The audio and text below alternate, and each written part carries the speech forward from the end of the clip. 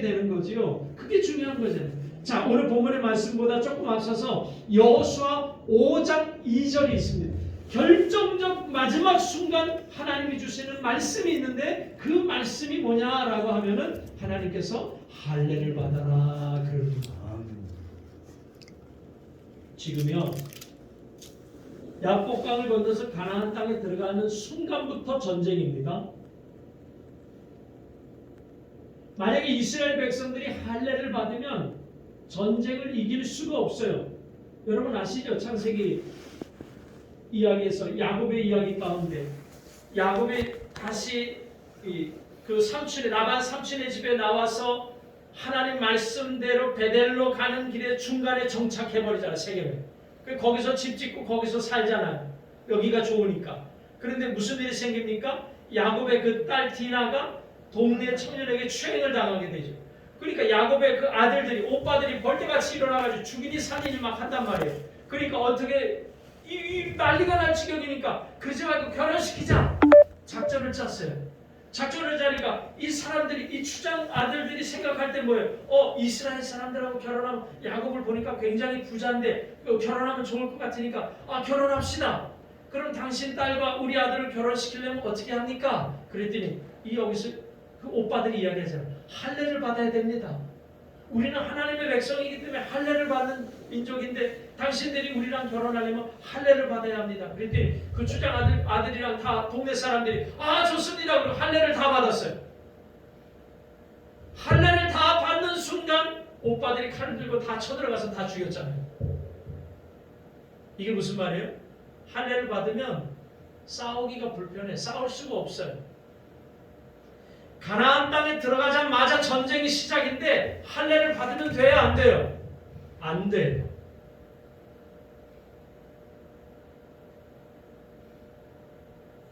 그런데 하나님은 할례를 먼저 받으라는 거예요. 이유가 있을 거 아닙니까? 하나님께서.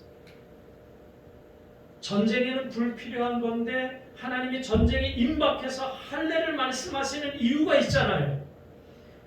축복 받아야 되지요. 능력받고 은혜 받아야 되겠지요. 그런데 그것보다 더 중요한 게 있다는 거예요. 더 중요한 게 뭐냐면 할례를 받으라는 거예요. 그러면 할례의 의미가 뭐죠? 이방인과 이스라엘 하나님의 백성을 구별하는 증표예요. 증표. 그 당시 이방인들은 할례를 받는 사람들이 없었어요. 하나님의 백성들만 할례를 받는 거예요. 할례를 받았으면 이건 진짜 하나님의 백성인 거예요. 근데 이 할례의 특징이 있어요. 뭐냐면 할례를 받은 사람인지 아닌지 알 수가 없어요. 왜냐하면 할례를 받으면 표피를 제거하거든요. 그리고는 가만 놔두는 게 아니라 뭘 하냐면 옷을 입어요. 안 보여. 이 사람은 표피를 베냈는지 안 베냈는지 빨개 벗기지 않는 이상 보이지가 않는 거예요. 그래서 이건 다른 사람들은 몰라요. 누구만 알아요? 자기만 아는 거예요. 내가 진짜 하나님의 백성인지 아닌지 자기만 안다고. 자기만. 그런데 하나님은 할례를 요구하신 이유가 뭐냐면 너가 정말 하나님만 바라보는 그 하나님의 백성이 맞냐는 양심의 고백을 하라는 거예요. 하나님께서 역사하시고 하나님이 도와주시고 하나님이 함께 할 수 있는 믿을 만한 충직한 종인지 아닌지 스스로 양심으로 말해보라 이 말이에요. 이게 통과돼야 돼. 이게 내 스스로 양심에 나는 정말 하나님 앞에서 양심이 살아있는 이 마지막 때에 하나님이 반드시 사용해야 하는 하나님의 일꾼이라고 하는 스스로의 고백이 나와야 되는 거예요. 딴 사람은 모르잖아요. 나를 알잖아요. 나는 알잖아요. 내가 어떤 사람인지. 내가 사람들을 안 보는 데서 어떤 삶을 사는 사람인지 나는 알잖아요. 나는 나를 항상 떠나지 않고 있으니까. 우리가 정말 이 마지막 시대에 가나안 땅의 축복과 은혜와 능력을 받아서 주의 사명을 감당하기 위해서 이 과정을 통과해야 되는 거야. 내 자신의 고백을 하나님이 하라는 거예요. 진짜야 가짜야? 하나님을 위해서 목숨을 걸었다고 하는 그 진짜 고백을 가지고 있는 사역자인지 아닌지 스스로 말하라 이 말이에요. 스스로. 두 번째는 뭐죠? 5장 10절에 보니까 하나님이 한 수절을 더 뜨는 거. 뭘 이야기하시냐면 6월절을 이야기하는 거예요. 6월절.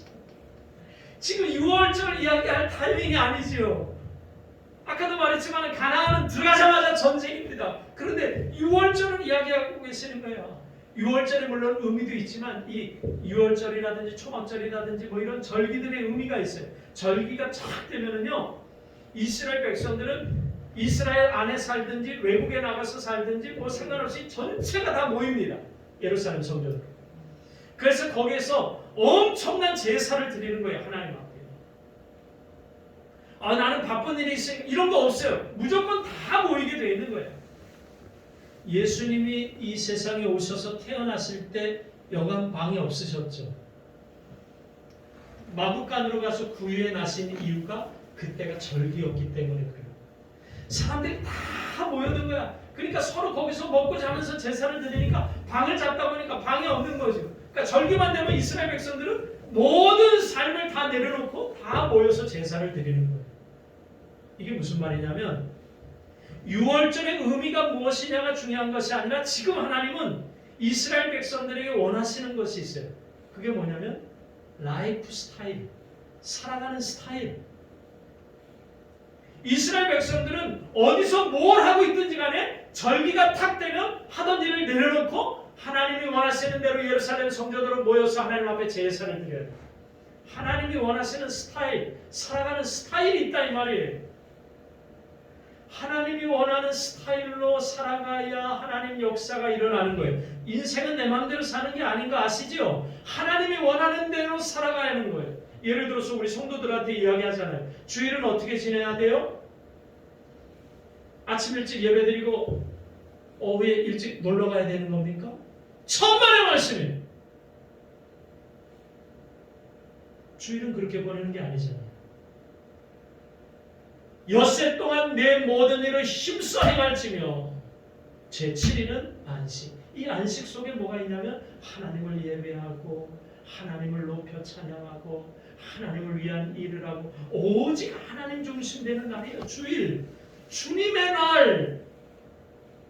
내가 놀러가는 날이 아니라 내가 쉬는 날이 아니라 빨간 날이 아니라 주의 날이잖아요. 주일이잖아. 그러면 주일을 보내는 스타일이 있을 거 아니에요. 하나님이 원하는 스타일.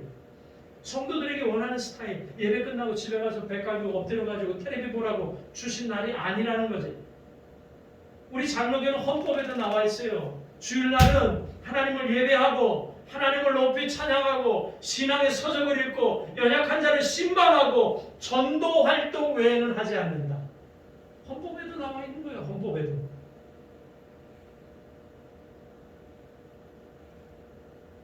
우리가 이 세상을 어떤 스타일로 사느냐에 하나님은 관심을 갖고 계십니다. 내 마음대로 살라고 목사를 만든 게 아니겠지요. 하나님이 원하시는 스타일이 있어요. 내 삶의 스타일을 하나님이 원하시는 스타일로 바꿔야 되는 거예요. 그게 절기의 의미예요. 절기의 의미. 저와 여러분들 하나님이 원하시는 스타일로 목회하시고 하나님이 원하시는 스타일로 사시기를 주의 이름으로 축원합니다. 할렐루야. 그리고 마지막 관문이 뭐죠? 우리가 봉독한 5장 13절. 여호수아가 가나안 땅으로 들어가려는 그 초입에 탁 섰는데 앞에 누가 섰냐면 하나님이 쓰신 거예요. 그런데 어떤 형상으로 오셨냐면 군대 장관의 모습으로 오셨어요. 그런데 그것보다 더 중요한 게 뭐냐? 여호수아가 한눈에 봐도 이건 너무너무나 싸움을 잘하게 생긴 거예요. 엄청나게 싸움을 잘하게 생겨서 이 사람이 우리 편이면 무조건 이기는 거고 만약에 이 사람이 적군이면 우리 무조건 지는 거예요. 엄청난 포스를 가진 하나님의 군대 장관의 모습으로 딱 나타났습니다. 여호수아의 첫 마디가 누구 편이십니까? 군대 장관이 뭐라 그러죠?